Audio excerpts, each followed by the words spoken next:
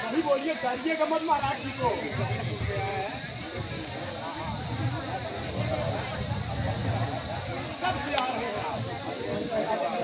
सब नीम का पत्ता आपको दिए खाए क्या हुआ?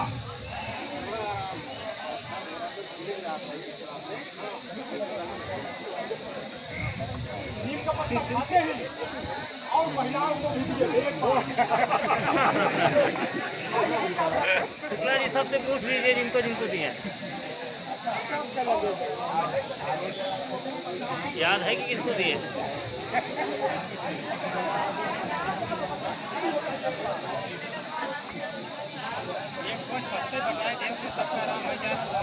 महाराज आवाज आउत रही कार्य बंद हो गया, अवधि नहीं होती है, अवधि नहीं होती जो आवाज बहुत आउत रही बंद होता है। ये सब पूरा एकदम जैसे हम बचपन से रात रहे नहीं आउत रही कब एकदम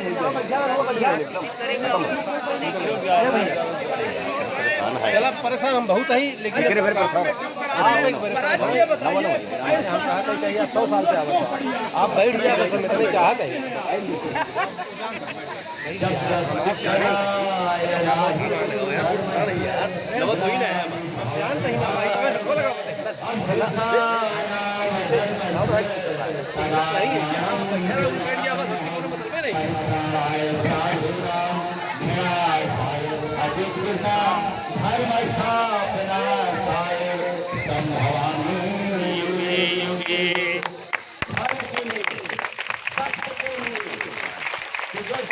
दरबार चल रहा है। लोगों ने झूठा बनाने की कोशिश किया। महाराज ने कहा कि अगर सत्य है तो हमारी कान्हा जी की कृपा मुझ पर है, वो प्रमाणित हम करेंगे, हम प्रमाण करेंगे।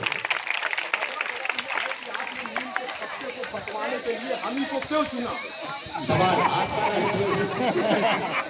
आपने किया, हमने कहा आपके हाथ से गिरा देंगे, तुम कौन से ओझा हो भाई? हम तो कह दीजिए कि चाहे जौन से आपका स्वर कह लिया, चाहे जौन खाया पूछो ढोल लगा लेगा, लेकिन जो कह दिए होगा नहीं।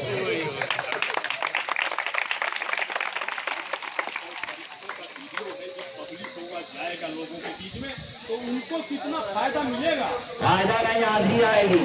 फायदा नहीं है तो पत्ता खिला के आराम दिलाएगी। आंधी आएगी, यहाँ आंधी आएगी और यहाँ पर 20 बीघा की जमीन कर्जा बाद हो जाएगी। मैं उस पर लग गया हूँ।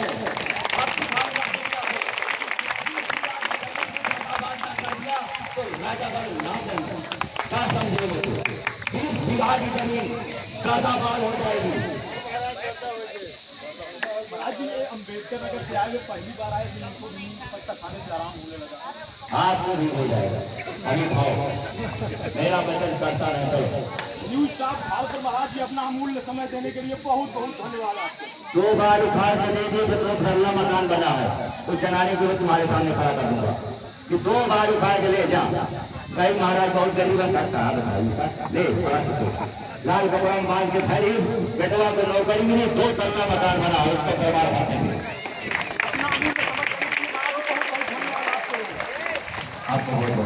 आप देख सकते हैं, आप प्रतापगढ़ वाले चमत्कारी बाबा थे जो आज भरे दरबार में जो है नीम की पत्ती खिला करके एक अनोखा इतिहास रच दिया है, चमत्कार के दावे किए हैं।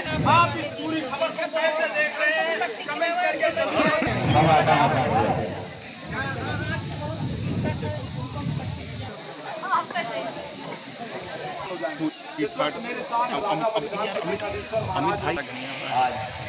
और मेरा लक्ष्य भी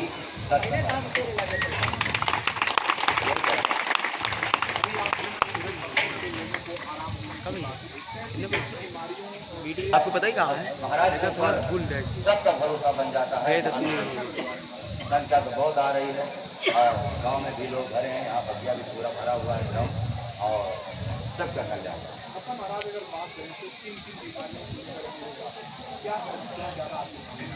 हमारे सामने जो समस्या आ रही है, घर की कला, पति पत्नी में झगड़ा, तनाव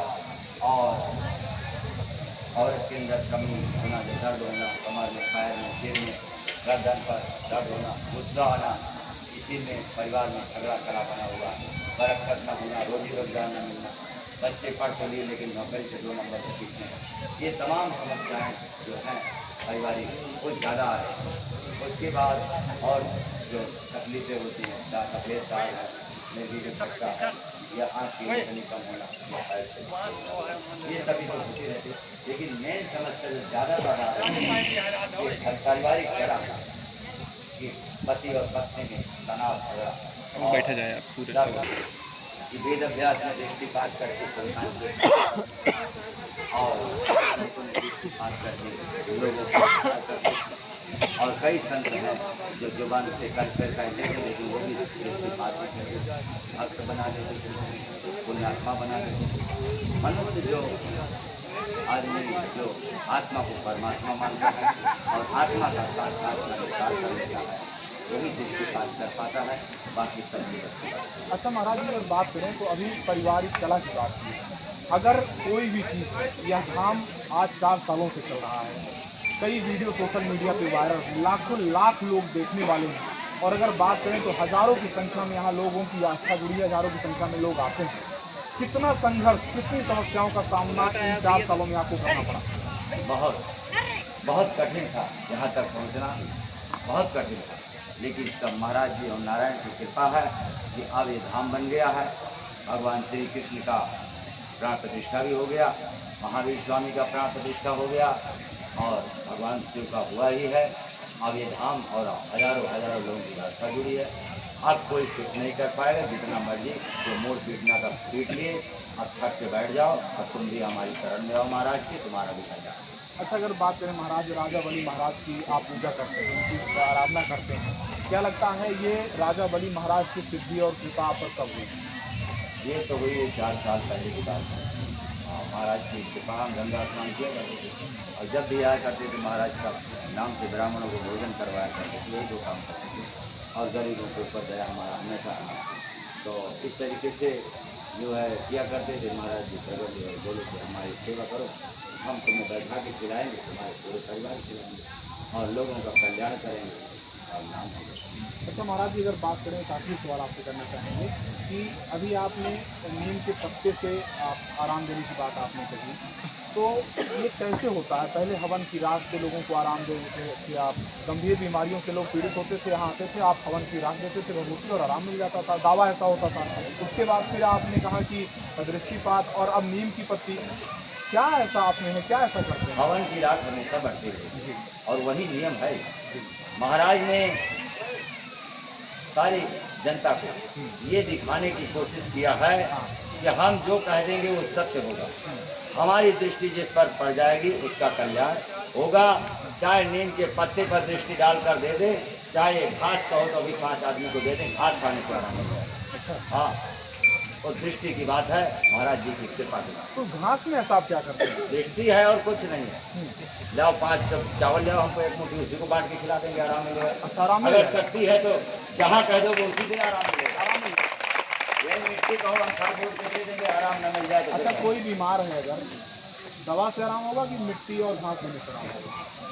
हम कह रहे हैं मिट्टी खिला के आराम दिला देंगे। तुम्हारे सामने सारा डॉक्टर और इंजीनियर थे, यहीं पे होता है। अच्छा महाराज जी, चलिए बताइए, आपके 3 संकल्प क्या है आने वाले समय में धाम को लेकर? 3 संकल्प आपके क्या हैं? क्या हमारा 3 संकल्प है। यहाँ सवाल आपका बहुत बढ़िया। 3 संकल्प ये है कि सत्य और धर्म पर चलना और चलाना, और दूसरा संकल्प ये है कि अगर इस सत्य और धर्म में कोई बाधा डाला तो समझ लीजिए कि मेरा कड़ा रुख देखेगा, चाहे वो घर का है चाहे बाहर का है, मैं इससे कोई कॉम्प्रोमाइज नहीं करूँगा। तीसरा क्या है महाराज? तीसरा ये है कि धर्म के साथ समाज को उत्थान करना और धर्म की तरफ प्रेरित करना, यही मेरा लक्ष्य। महाराज जी, अगर बात करें तो कई जगह पर मिशनरी चल रही है, धर्मांतरण के लिए प्रार्थना सभाएं चल रही हैं, कई लोग कन्वर्ट हो रहे हैं, कई जगहों पर पुलिस छापा मारती है, हम लोग स्टिंग ऑपरेशन करते हैं।